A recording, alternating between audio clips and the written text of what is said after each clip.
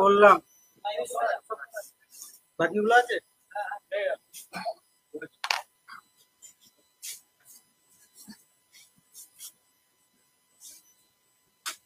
আগামী 1 সেপ্টেম্বর কলকাতার বুকে বাম দলগুলো, সমস্ত গণসংগঠন, বিভিন্ন পেশা সংগঠন, তাদের আহ্বানে বিশ্ব শান্তি দিবস, দ্বিতীয় বিশ্বযুদ্ধের সময় পর থেকেই এটা পালন করা হয়। সাম্রাজ্যবাদ বিরোধী, যুদ্ধ বিরোধী এবং প্যালেস্টাইনের মানুষের প্রতি সংহতি জানিয়ে শান্তি মিছিল হবে, সমাবেশ হবে, তারই প্রস্তুতি চলছে। এবং যারাই সাম্রাজ্যবাদের বিরুদ্ধে, কলকাতার একটা ঐতিহ্য, শতাব্দী প্রাচীন সাম্রাজ্যবাদ বিরোধী আন্দোলন সংগ্রামের পীঠস্থান। ব্রিটিশ সাম্রাজ্যবাদের বিরুদ্ধে আমরা লড়েছি এবং গোটা বিশ্বে যেখানে যখন সাম্রাজ্যবাদী হামলা হয়েছে, সাম্রাজ্যবাদের চক্রান্ত হয়েছে, তার বিরুদ্ধেও কলকাতায় মানুষ সোচ্চার হয়েছে। সেই ধারাকে অব্যাহত রেখে 1 সেপ্টেম্বর শান্তি মিছিলের ডাক দেওয়া হয়েছে। এবারে বিশেষত আমরা দেখলাম ট্রাম্প অ্যাডমিনিস্ট্রেশন ট্যারিফ ওয়ারের নাম করে বিশেষত আমাদের দেশে কৃষি, ক্ষুদ্র ব্যবসা, ঔষধ শিল্প, আমাদের বহির্বাণিজ্য, তার উপর আক্রমণ হেনেছেন। 50% ট্যারিফ, এবং আর কয়েক ঘন্টা পরে তা লাগু হবে। এবং সেটা বলা হচ্ছে রুশ থেকে তেল কেনার জন্য ভারত 25% অ্যাডিশনাল পেনাল্টি, 25%-এর ওপরে।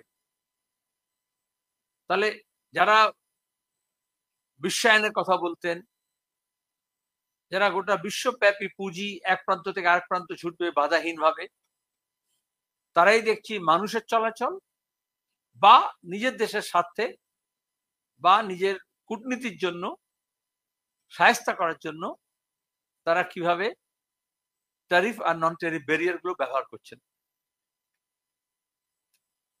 পৃথিবীর বিভিন্ন দেশ তার বিরুদ্ধে সোচ্চার হয়েছে। আমাদের দেশের সরকার তার যা কারখানা, এই ট্রাম্প মানে আবকি বার ট্রাম্প কি সরকার, হাউডি মোদি, এইসব করার ফলে দেখা যাচ্ছে তাদের আর মুখ নেই রুখে দাঁড়ানো। চীনের মতো দেশ, ইউরোপের বিভিন্ন দেশ রুখে দাঁড়িয়েছে কারণ তাদের নিজেদের আভ্যন্তরীণ বাজার, আভ্যন্তরীণ অর্থনীতিকে তারা সেই শক্তি সঞ্চয় করেছে। আমরা এই জন্য প্রথম থেকে বলছিলাম যে টোটালটা এক্সপোর্ট ওরিয়েন্টেড নয়, আমাদের ডোমেস্টিক মার্কেট ডেভেলপ করার দরকার আছে। তো বিশাল দেশ, আজকে যে ক্ষতির সম্মুখীন আমরা হয়েছি তাতে এখন অনেকেই যারা সাম্রাজ্যবাদ কি, কোথায় পাওয়া যায় এসব প্রশ্ন করতেন, তারাও বুঝতে পারছেন যে ট্রাম্প কোথায় নিয়ে যাচ্ছে নতুন যে বিশ্বের ব্যবস্থাকে, তার বাণিজ্যকে কিরকম বিপদের সম্মুখীন তারা করছে তার বিরুদ্ধে, সাম্রাজ্যবাদের বিরুদ্ধে। এবং এছাড়াও এশিয়া, আমাদের এই ভারত প্রশান্ত সাগরীয় মহাসাগরে যেভাবে নেটোর পূর্বে সম্প্রসারণ হচ্ছিল ইউরোপে, আমাদের এখানে এরকম মার্কিনী অক্ষ তারা ক্রমাগত পশ্চিম এশিয়া থেকে দক্ষিণ এশিয়ার দিকে নিজের স্বার্থের জন্য রাজনৈতিক, আভ্যন্তরীণ রাজনীতিতে হস্তক্ষেপ করছে। এবং যারা সাম্রাজ্যবাদী পক্ষাবলম্বনকারী যে সমস্ত সংস্থা, ব্যক্তি, এজেন্সি আছে, তাদের একটা রমরমা বাজার হয়েছিল। এখন মানুষ বুঝছেন যে, এবং ভারত সরকারও বুঝছেন, এখন আবার রুশের সঙ্গে, চীনের সঙ্গে বন্ধুত্ব করার চেষ্টা করছেন। 2 বছর আগে আমরা দেখলাম যখন G20 হলো, 4,000 কোটি টাকা খরচ করে কিভাবে উন্নত পুঁজিবাদী দেশগুলোর সঙ্গে আমাদের দেশের সরকার সমগোত্রী হওয়ার চেষ্টা করেছে। সেই G20-তে কিন্তু রুশ, চায়না তারা অংশগ্রহণ করেনি। একটা বিশাল পাবলিক এক্সারসাইজ হয়েছিল, সব স্কুল ছুটি করে দিয়ে, ব্যাপক সাজগোজ করে দিয়ে, কসমেটিক চেঞ্জেস করে দিয়ে দিল্লিতে। এখন দেখা যাচ্ছে আমরা ভীষণভাবে আইসোলেটেড গোটা বিশ্বে। সেখানে এটা ভালো যে সরকার আবার রিলুক করছে, রিভিজিট করছে আমাদের যে ট্র্যাডিশনাল বিদেশ নীতি ছিল, দক্ষিণের দেশগুলোর সঙ্গে কোঅপারেশন এবং কোনো বিশেষ ক্যাম্পের তাবেদার না হয়ে একটা স্বাধীন বিদেশ নীতি, যেখানে আমরা আমাদের দেশের স্বার্থে বিভিন্ন দেশের সঙ্গে বন্ধুত্ব করতে পারি এবং সেখানে কোনো তৃতীয় আম্পায়ার দরকার হবে না। প্যালেস্টাইনে গণহত্যা চলছে অব্যাহত। আজও কাগজে দেখেছেন আপনারা, জায়নবাদী ইসরায়েল সরকার যেভাবে মানুষ খুন করছে, শিশু খুন করছে, তার বিরুদ্ধে গোটা বিশ্ব সোচ্চার হয়েছে। এমনকি তেল আবিবে, খোদ ইসরায়েলের রাজধানীতে, নিউ ইয়র্কে, লন্ডনে, প্যারিসে, টোকিওতে লাখ লাখ মানুষ নেমেছেন। প্রতিদিন তারা বিক্ষোভ দেখাচ্ছেন, প্রতিনিয়ত। আমাদের দেশে স্বাধীনতার আগে থেকেই আমরা প্যালেস্টাইনের সঙ্গে আমাদের বন্ধুত্বপূর্ণ সম্পর্ক, ও দেশের মানুষের মুক্তির আকাঙ্ক্ষা, স্বাধীনতার আকাঙ্ক্ষা, তার সঙ্গে আমাদের দেশের যে স্বাধীনতা লড়াই, তা ওতপ্রোতভাবে যুক্ত। তার সঙ্গে দাঁড়িয়ে আমরা চাই দুটো দেশ, ইসরায়েল এবং প্যালেস্টাইন, টু স্টেট সলিউশন। সেখানে ট্রাম্প, নেতানিয়াহু প্রতিদিন হুমকি দিচ্ছেন, প্যালেস্টাইন রাষ্ট্রকে অস্বীকার করছেন, আর তার গাজা স্ট্রিপ থেকে পুরো প্যালেস্টাইনের চিহ্ন মুছে দেওয়ার চেষ্টা করছেন। এই অহমিকার বিরুদ্ধে, এই আধিপত্যের বিরুদ্ধে মানুষকে সোচ্চার হতে হবে। আমরা 1 তারিখে প্যালেস্টাইনের জনগণের প্রতি সংহতি জানিয়ে শান্তি মিছিলে সবাইকে আসার আহ্বান জানাচ্ছি। আমাদের বামফ্রন্টের ভুক্ত দলগুলো ছাড়াও যা কথাবার্তা হয়েছে, তাতে সিপিআইএমএল লিবারেশন, এসইসিআই, তারাও বামফ্রন্টের চেয়ারম্যান বিমান বসুর কাছে জানিয়েছেন আমরা সবাই মিলে একসঙ্গেই এই কর্মসূচিকে সফল করব। দ্বিতীয়ত, এসআইআর এর নামে আমরা বিহারে দেখেছি কাণ্ডকাণ্ড হচ্ছে। তারপরে সুপ্রিম কোর্ট কিছুটা কানমালা দিয়েছে ইসিআই কে। তারা সংবিধান, আইন কিছু মানছিলেন না এবং ভোটার লিস্ট আমরা বলি ত্রুটি মুক্ত করতে হবে। মৃত আছে, ডাবল এন্ট্রি আছে, ভুয়ো আছে, সেগুলোকে দূর করতে হবে। সেটা ইলেকশন কমিশন করেনি। আর এখন সমস্ত ভোটারকে সন্দেহ তালিকায় দিয়ে সবার উপর দায়িত্ব যে তোমরা ঠিক করে দাও। মানুষের মধ্যে একটা আতঙ্ক তৈরি করার চেষ্টা করা হচ্ছে। সেখানে ভাষার নামে, ধর্মের নামে, সম্পদের নামে আলাদা ক্লাস তৈরি করা হচ্ছে। যারা আনডকুমেন্টেড, যারা প্রান্তিক মানুষ, যারা দুর্বল অংশের মানুষ, যারা অশিক্ষিত, অল্প শিক্ষিত, চরে থাকে, বাঁধের ধারে থাকে, নিজস্ব কোনো জমি জমা নেই, সম্পদ নেই, তাদের একটা জীবনকে দুর্বিষহ করে তোলার চেষ্টা করা হচ্ছে। আমরা ঠিক করেছি, আমরা বামপন্থী দলগুলো যেমন করোনার বিপদের সময়, দুর্যোগের সময় মানুষের পাশে দাঁড়াই, সেভাবে রেড ভলেন্টিয়ারের মতো সবকটা বুথে সর্বোচ্চ মানুষকে সঙ্গে নিয়ে স্বেচ্ছাসেবক বাহিনী তারা প্রস্তুত থাকবে, যেখানে দাঁড়িয়ে ইসিআই এর এই যে চেষ্টা, বিজেপির যে চেষ্টা মানুষের ভোটাধিকার কেড়ে নেওয়ার, গণতান্ত্রিক অধিকারকে সংকুচিত করার এবং মানুষকে আতঙ্কের মধ্যে ফেলে দিয়ে তারপরে ত্রাতা হিসেবে আবিষ্কার হওয়ার, তার বিরুদ্ধে তারা শুধু প্রচার করবেন তা নয়, মানুষকে হাতে কলমে সাহায্য করবেন যাতে তাদের যে ভোটাধিকার তা রক্ষা হয় এবং কোনো এদেশের নাগরিক যাতে কোনোভাবেই যাতে তাদেরকে বিধিগ্রস্ত না করে তোলা হয়। বলুন।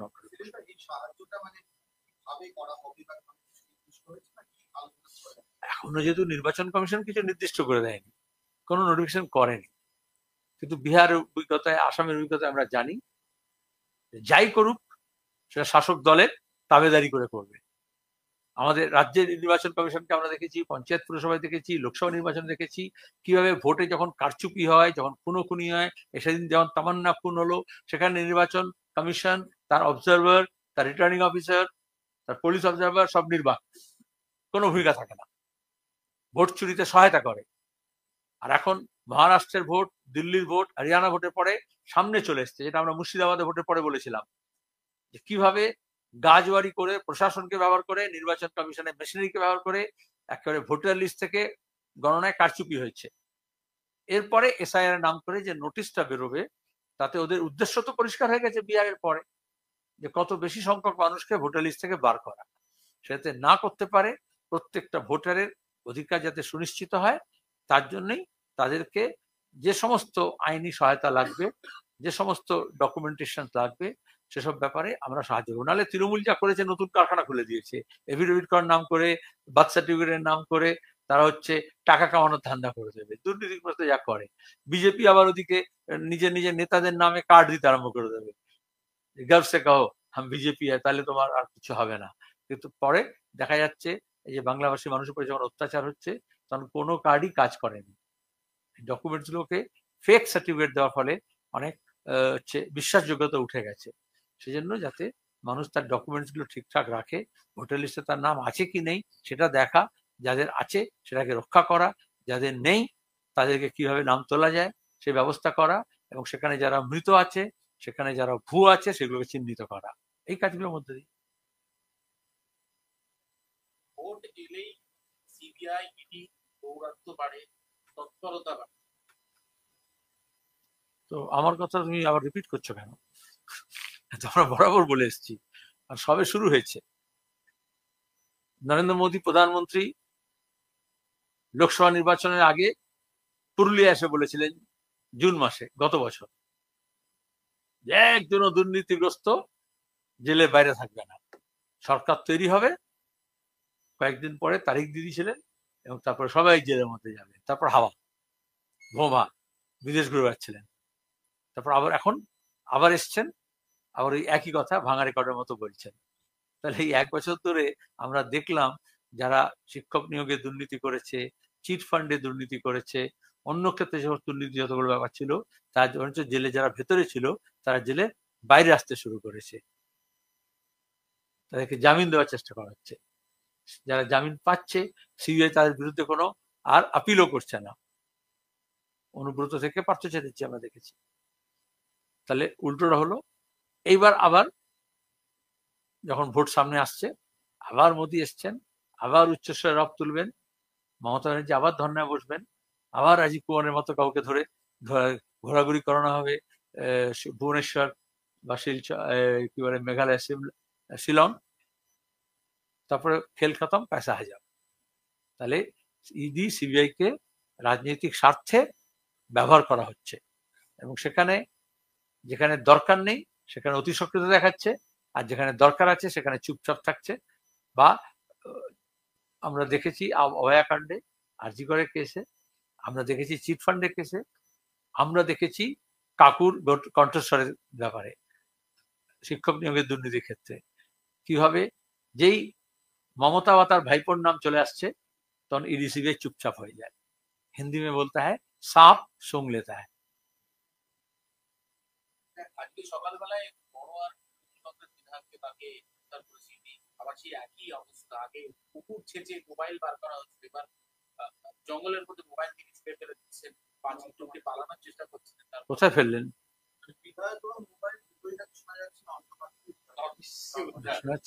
তাহলে তৃণমূল তাহলে এগিয়ে বাংলা কিছুটা এগিয়েছে, পুকুর থেকে নর্দমে পড়েছে তৃণমূল। গতবারে যখন এসছিল সিবিআই তখন পুকুরে ফেলেছিলেন, এখন ইডি এসছে দেখে নর্দমে ফেলেছেন। তাহলে মমতা ব্যানার্জির নেতৃত্বে তৃণমূলের লোকজনের যেমন দুর্নীতি বেড়েছে, সেরকম তাদের স্থানও নির্দিষ্ট হচ্ছে, জলাশয় থেকে নর্দমায়।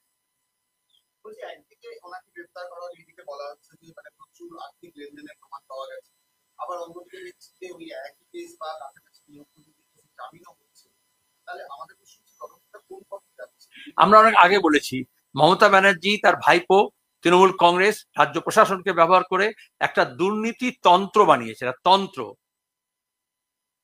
এরা হচ্ছে তার নাট বল্টু। ইডি সিবিআই কেন্দ্র সরকার নাট বল্টুরে দেখছে কোথায় টাইট কোথায় ঢিলে। তো যেটা গোটা যে যন্ত্র, যে তন্ত্রটা আছে, তার মাথায় যারা বসে আছেন, যারা পরিকল্পনা করলেন, যারা লাভ তুললেন বা তুলছেন, যারা এটাকে পরিচালনা করছেন, তাদের ব্যাপারে চুপ। আমরা তো দেখলাম লিপস এন্ড বাউন্স এর নাম এলো, কিছু তো যাচ্ছে না ইডি সিবিআই। তারা দেখতাম একটু ভাইপো নর্দমায় পড়তো বা আদিগঙ্গায় পড়তো খালে মমতা, কিন্তু সেখানে সিবিআই যাচ্ছে না।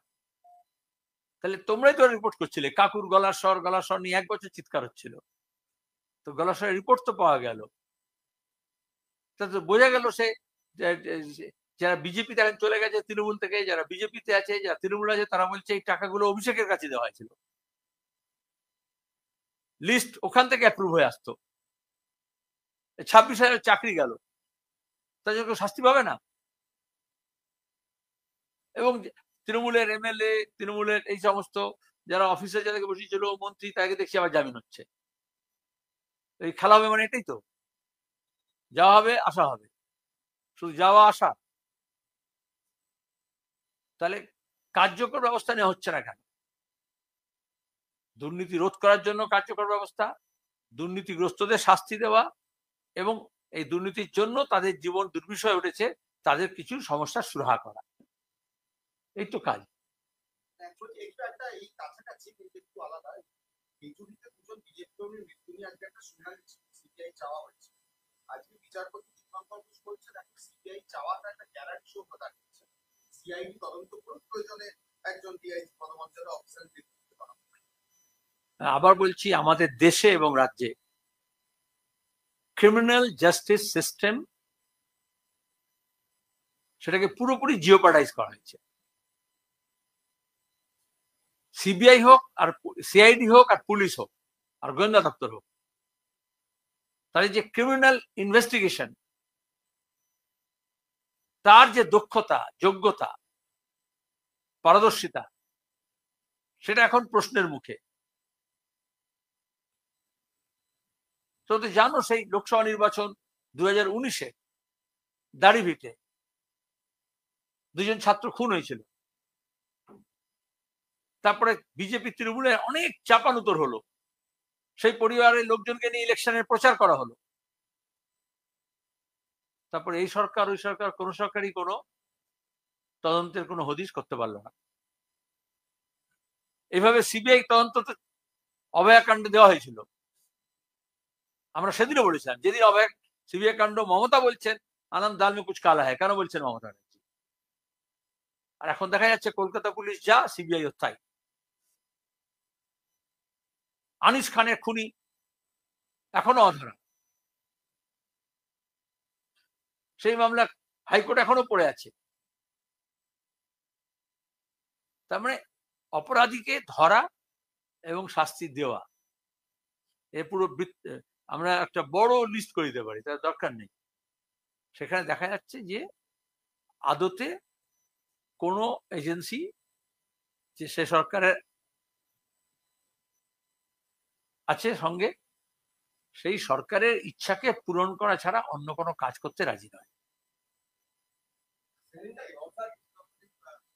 একজন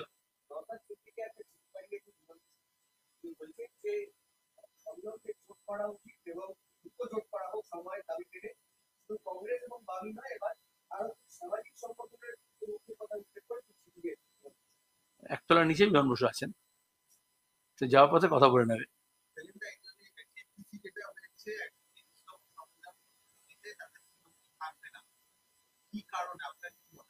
আবার একটু বললো, আমি আগেরটা বলেছিলাম। হ্যাঁ বলো।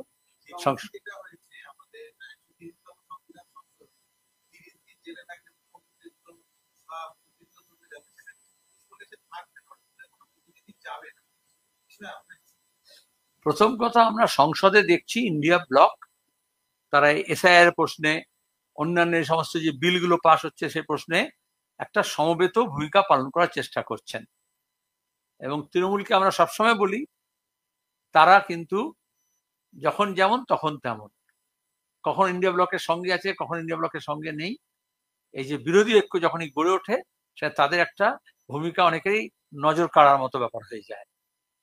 আর এই বিলটার ব্যাপারে তৃণমূল দলের নিজস্ব কিছু ব্যবস্থা বন্দোবস্ত থাকতে পারে, কিন্তু সেই ব্যবস্থা বন্দোবস্তের প্রথম কথা হচ্ছে নাগপুর থেকে কিরকম নির্দেশ আসবে তার উপরে তৃণমূলের সিদ্ধান্ত গ্রহণ হয়, শুধু কালীঘাট থেকে হয় না।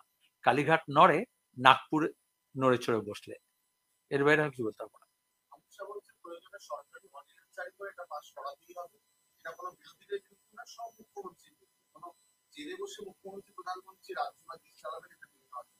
আবার বললাম, ওদের তো দেখা যাবে, আমরা বলি আইনের চোখে সবাই সমান, কিন্তু আমরা দেখলাম বিরোধী দলের সরকারের উপরে কিরকম তারা খড়গহস্ত হলো। দিল্লিতে দেখলাম, তামিলনাড়ুতে দেখলাম, ঝাড়খণ্ডে দেখলাম, আবার সব বিরোধীও না। মহারাষ্ট্রে দেখলাম দুর্নীতির বিরুদ্ধে যার সঙ্গে কেস করছিল, যে সে দল বদল করে বিজেপির সঙ্গে চলে গেল, সে সাধু হয়ে গেল। বিশাল কেলেঙ্কারি তো। এনসিপিরও দেখলাম আর শিবসেনারও দেখলাম, আমরা তৃণমূলেরও দেখলাম। এখানকার মুখ্যমন্ত্রী তো নিশ্চয়তা পেয়েছেন, সিবিআই কে বলেছে আরএসএস বলো, হোম মিনিস্টার বলো, প্রধানমন্ত্রী বলো, বেটা পিসি ভাইপোর জন্য কুছ নেই করনা, এই রক্ষা কবচ তো দেওয়া আছে। তাহলে অমিত শাহ কি বলছেন তার কি মানে দাঁড়ায়? আইন তো প্রয়োগ করা হচ্ছে না ঠিক মতো। আইন করলে কি সমস্যার সমাধান হবে? সে তো আইনকে সিলেক্টিভ প্রয়োগ করছে, কোথায় করবে আর কোথায় করবে না, কাকে ধরবে কাকে ধরবে না, এইখানেই আমাদের আপত্তি।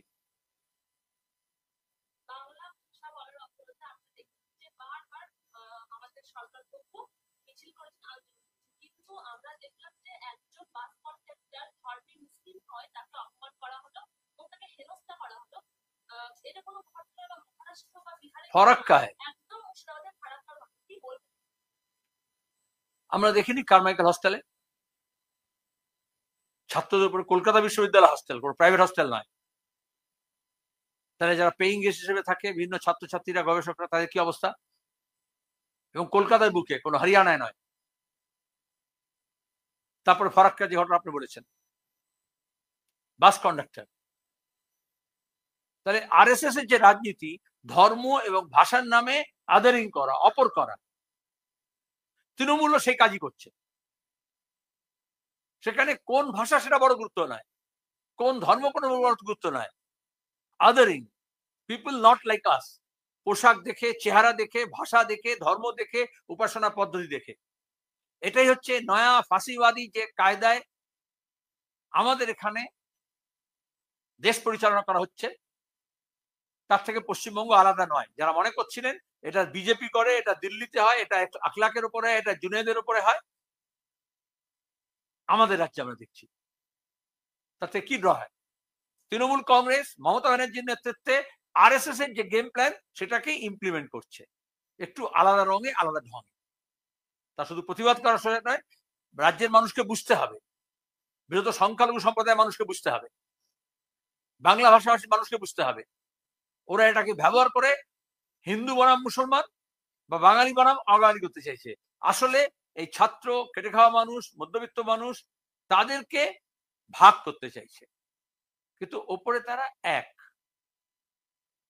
তৃণমূল বাংলা ভাষায় মিছিল করছে, উত্তরবঙ্গে দেখবে তৃণমূল সব ধরে ধরে এখন যাকে নেতা বানাচ্ছে তাদের নাম দেখবে। আমি কি বলছি, ভালোই তো সেটা।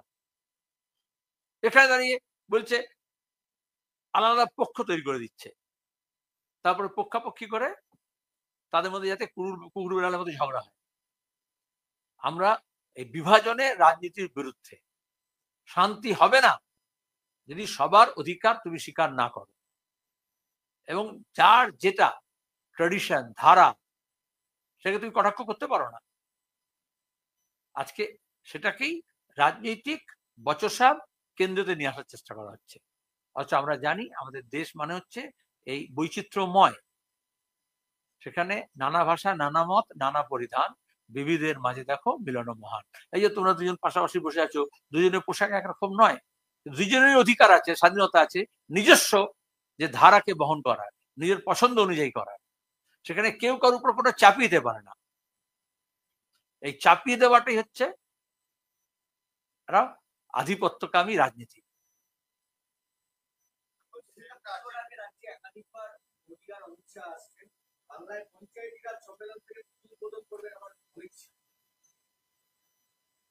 মেলে না, কিন্তু যখন পঞ্চায়েতে দুর্নীতি হয়েছিল তখন অমিত শাহ কি কোথায় গেছিলেন? যখন পঞ্চায়েত নির্বাচনে ভোট লুট হলো, মানুষ খুন হলো, তখন অমিত শাহ কোথায় ছিলেন? হোম মিনিস্টার তো দেশের। এখন বিধানসভা নির্বাচন আছে বলে এখন পঞ্চায়েত নিয়ে সম্মেলন করছেন। আর যখন পঞ্চায়েত নির্বাচনে স্টেট ইলেকশন কমিশনার তো আইএস অফিসার ছিল, তাহলে সে যখন দলদাসের কাজ করলো, আইন মেনে কাজ করলো না, তাহলে সংবিধান অনুযায়ী এই আইনগুলো অ্যাডমিনিস্ট্রেট করার দায়িত্ব তো কেন্দ্র সরকারের। তখন তাই দেখা যায়নি। এটা বিজেপি সাধারণ সমর্থকদের বুঝতে হবে। এখন তারা আসতেই পারেন, পুজোর উদ্বোধন কেন করবেন? পুজো করতে পারেন। মমতা ব্যানার্জি যেমন চোখের তুলির টানে চোখ এঁকে দেন প্রতিবার, সেটাও করতে পারেন। তিনি নিজে ওষুধ সাজতে পারেন, কোনো অসুবিধা নেই। জীবন্ত দুর্গা যেমন একবার হয়েছিল, সেরকম জীবন্ত অসুর হতে পারে বাংলায়, কোনো অসুবিধা নেই। আমি তার মধ্যে আমাকে কিছু বলতে পারবো না, তার তার নিজের অধিকার। কিন্তু এই যে এখন দাঁড়িয়ে আসছেন বেশি, এই যে তোমার প্রশ্নটা, কারণ এটাই তো, এটা হচ্ছে ভোট পার্টি, ভোট পাখি। তো আপনি পুজোর কথা বললেন, আগেই কলকাতা হাইকোর্ট বলেছে হিসেব না দিলে সেই কমিটিকে পুজোর অনুদান দেওয়া বন্ধ করা, একটা পর্যবেক্ষণ। শুনানি ছিল, অনেকেই এটা মামলা করেছেন, দীর্ঘদিন ধরে এই মামলা চলছে, যে যেভাবে সরকারি টাকা কোষাগার থেকে যেভাবে খোলামকুচির মতো বিলি করছেন এবং ক্রমাগত বাড়ি যাচ্ছেন মমতা ব্যানার্জি নিজের ভোটের স্বার্থে। আমি যেটা অমিত শাহের ক্ষেত্রে বললাম, মমতা ব্যানার্জিরও তাই, একই রাজনীতি। ওটা তো পুজোর জন্য করছেন না, ভোটের জন্য করছেন। সেখানে হাইকোর্টের একটা অবজারভেশন, ভালো অবজার্ভ করেছেন, কিন্তু আমার মনে হয় এটা নির্দেশ হওয়া উচিত। কারণ সরকারি কোষাগার থেকে একটা টাকাও খরচ করলে that must be account for, তার হিসেব করতে হয়। কিন্তু প্রধানমন্ত্রী আর মুখ্যমন্ত্রী সমান। আমরা দেখেছি মোদি কেয়ারের নাম করে করোনার সময় হাজার হাজার কোটি টাকা তোলা হয়েছে বিভিন্ন ব্যবসায়ী প্রতিষ্ঠান থেকে, দেশি বিদেশি কোম্পানিগুলোর কাছ থেকে, কিন্তু তার কোনো হিসেব কোথাও দেওয়া হয়নি। আর এখানেও সরকারি কোষাগার থেকে যে টাকা খরচ করা হচ্ছে তার কোনো হিসেব রাখা হচ্ছে না।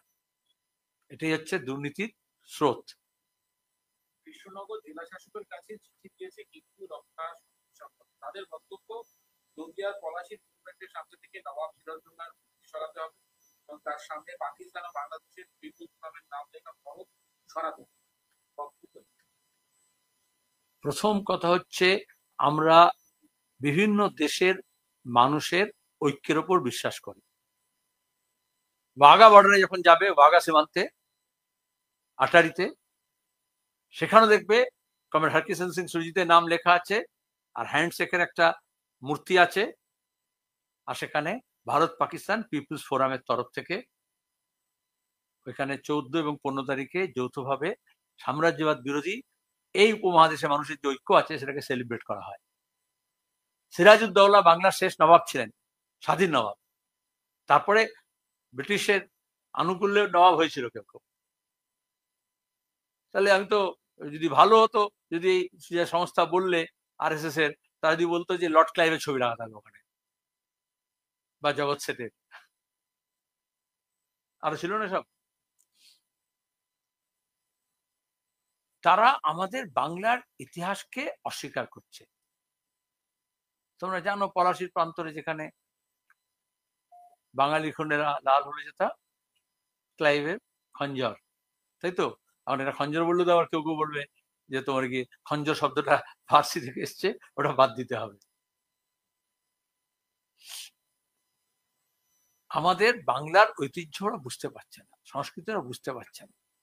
দুই দেশের সরকারের মধ্যে আদান প্রদান হতে পারে, সামিট হতে পারে, বিরিয়ানি খাওয়া হতে পারে, হাত মেলানো হতে পারে, আবার হাতাহাতি হতে পারে, কিন্তু আমরা চাই পিপলস টু পিপলস যাতে ভালো সম্পর্ক গড়ে ওঠে। এবং পলাশী, সিরাজউদ্দৌলা, এটা আমাদের এই উপমহাদেশের ইতিহাসকে অন্যদিকে ধাবিত করেছে, সেটা তো স্মরণ রাখতে হবে। তুমি অস্বীকার করবে কি করে? বাহাদুর শাহ জাফর, শেষ স্বাধীন সম্রাট, মুঘল সম্রাট, কিছুই তখন তার ছিল না, কিন্তু যখন তাতিয়া টোপে ঝাঁসির রানী লক্ষ্মীবাই, যখন তারা 1857 সালে প্রথম স্বাধীনতার যুদ্ধ করলেন, সিপাহীরা যখন বিদ্রোহ করলো, তখন তো তারা ওই বাহাদুর শাহ জাফরকেই নেতা হিসেবে ঘোষণা করলেন। ভাগ্যিস তখন এই হিন্দু সম্মতি ছিল না। আজকে কৃষ্ণনগরের ঘটনা তো মুসলিমকে এখন কোন রাজনৈতিক জন্য কিছু নেই, বাড়ি ঢুকে একজন বন্ধুকে কি করা হচ্ছে, এত বন্ধু পাওয়া এবং তার নিয়ন্ত্রণ ব্যবহার করা, মানে অবরোধ হয়ে যাচ্ছে। ঠিকই, এটাই আসল ব্যাপার। এখন টিপু সুলতানের তলোয়ার বা সিরাজউদ্দৌলার তলোয়ার বা ক্লাইভের তলোয়ার নিয়ে এখন আলোচনা করার কথা নয়। এই যে এত অস্ত্র শস্ত্র, বকটুইয়ের পরে তো মুখ্যমন্ত্রী ডিজিপি, তৎকালীন ডিজিপিকে বলেছিলেন সব বেআইনি অস্ত্র উদ্ধার করবে, মিথ্যে বলেছিলেন। এবার একটা ঘটনা ঘটলে তখন জানা যাচ্ছে। আর আমরা বারবার বলছি যে গোটা রাজ্যে এই বেআইনি বোমার কারখানা, বোমার যে স্টক পাইলস, বেআইনি অস্ত্রশস্ত্র, সেগুলো উদ্ধার করতে হবে। কেন করছেন না ম্যাডাম? কি করছে পুলিশ? যখন কোথাও বোমা বিস্ফোরণ হচ্ছে তারপরে বোঝা যাচ্ছে এখানে বোমা কারখানা ছিল, তার আগে কেন জানা যাচ্ছে না? তাহলে পুলিশিং কি হচ্ছে? পুলিশ শুধু বিরোধীদেরকে ধরার জন্য। তবে জানি রাখি, আজকে শিয়ালদা কোর্টে মীনাক্ষী সহ বাকি 7 জনের জামিন হয়েছে। 14ই আগস্ট ওখানে যখন ধর্ণা হচ্ছিল আরজিকরের সামনে, আর তৃণমূল যখন গুন্ডা বদমাইশ পাঠিয়ে দিয়ে ভেতরে ভাঙচুর করছিল, সাক্ষী সাবুত লোপাট করছিল, কলকাতা পুলিশ যারা আন্দোলন সংগ্রাম করছিল, ধর্ণা দিচ্ছিল, তাদেরকে সব নোটিশ দিয়েছিল, লালবাজারে তারা গিয়েছিল। আর এর মধ্যে চুপিসারে তদন্ত করেনি। তখন মমতা বলেছিলেন এসটিএফ করা হচ্ছে, এসআইটি করা হচ্ছে, এবং ওটা তদন্ত হবে। যারা ভাঙচুর করলো, যারা সাক্ষী সাবুত লোপাট করলো, কোনো তদন্ত হলো না 1 বছরে। আর যারা আন্দোলন করছিল তাদেরকে অ্যাবসকন্ডিং দেখিয়েছে, চার্জশিট দিয়েছে এবং বলেছে যে এরা পালিয়ে বেড়াচ্ছে।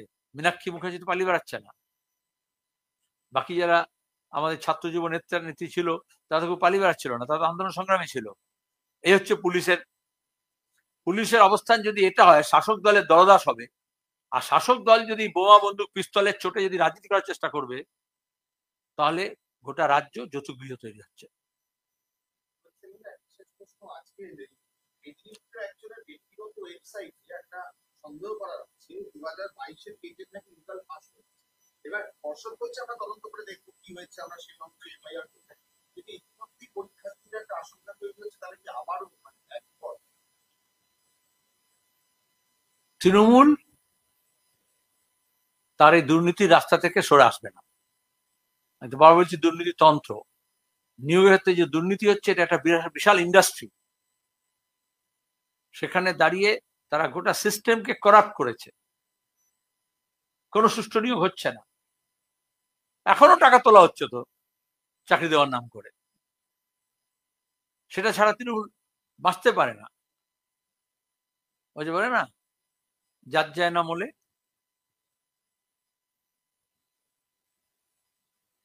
আশঙ্কা করা শুধু নয়, এটা পূর্ণাঙ্গ তদন্ত হওয়া উচিত এবং সেখান থেকে সত্যটা উদ্ঘাটিত হওয়া উচিত।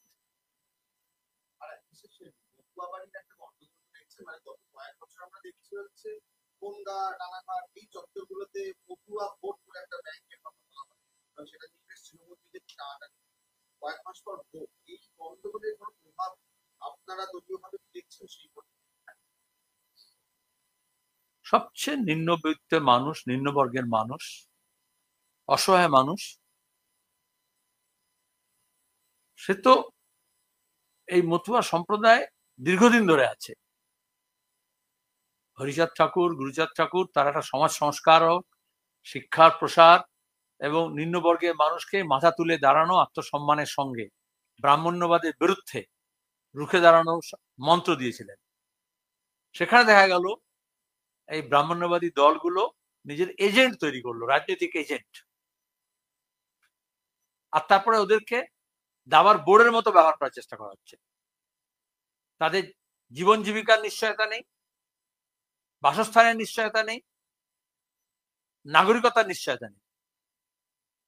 আর সেখানে এ বলছে আমার শরণে এসো, আমি তোমাকে বাঁচাবো, ও বলছে আমার শরণে এসো, আমি বাঁচাবো। কিন্তু আদতে বিজেপি, তৃণমূল এই অনিশ্চয়তা তৈরি করেছে। এর আগে তো যখন বামফ্রন্ট সরকার ছিল, তখন তো এসব প্রশ্ন কোনো আসতো না, তখন তারা ছিলেন। আর একদিকে বলছে বিদেশি তাড়াবো, বিজেপি বলছে। নরেন্দ্র মোদী যখন 2014 নির্বাচনে গিয়েছিলেন, নিম্ন আসামে গিয়ে বলেছিলেন যারা ওই পার থেকে এসছে তাদের সবাইকে নাগরিকতা দেব। আর আপার আসামে গিয়ে সেই দিনই বলেছিলেন उस पार से जो लोग आए घुसपैठिया सब बोरिया बिस्तर बांध लो, सबको जाना पड़ेगा। तो नहीं तो आरएसएस घोषित राजनीति बीजेपी। এবং সেখানে এই যে অনুপ্রবেশকারী বলে দেখিয়ে দেওয়া, এটা সবচেয়ে বেশি তো এই মতুয়া সম্প্রদায়ের মানুষের উপর করা হয়েছে, সেই অসহায় মানুষের উপরে, আনডকুমেন্টেড কমিউনিটি। তাহলে প্রথমে তাদেরকে নিরাপত্তাহীনতায় ঢুকিয়ে দাও, আর তারপরে বলো আমরা একটা কার্ড দিচ্ছি, এই কার্ড দেখে তুই বাঁচবে। মহারাষ্ট্রে অ্যারেস্ট হয়েছে যারা, জেলে আছে যারা, তারা ওই কার্ড নিয়েছিল, আর এখনো লক্ষ লক্ষ কার্ড বিলি করার নাম করে ঝগড়া হচ্ছে। আমরা বলবো ওই কোনো কার্ড সুরক্ষা দেবে না। এখানকার মানুষের অধিকার রক্ষা করার জন্য আলাদা আলাদা খোপে ভাগ করলে চলবে না। সব মানুষকে এক কাট্টা হয়ে নিজের অধিকার, বেঁচে থাকার অধিকার, ভোট দেওয়ার অধিকার, নাগরিক সুখ সুবিধা পাওয়ার অধিকার, তার জন্য একযোগে লড়াই করতে হবে।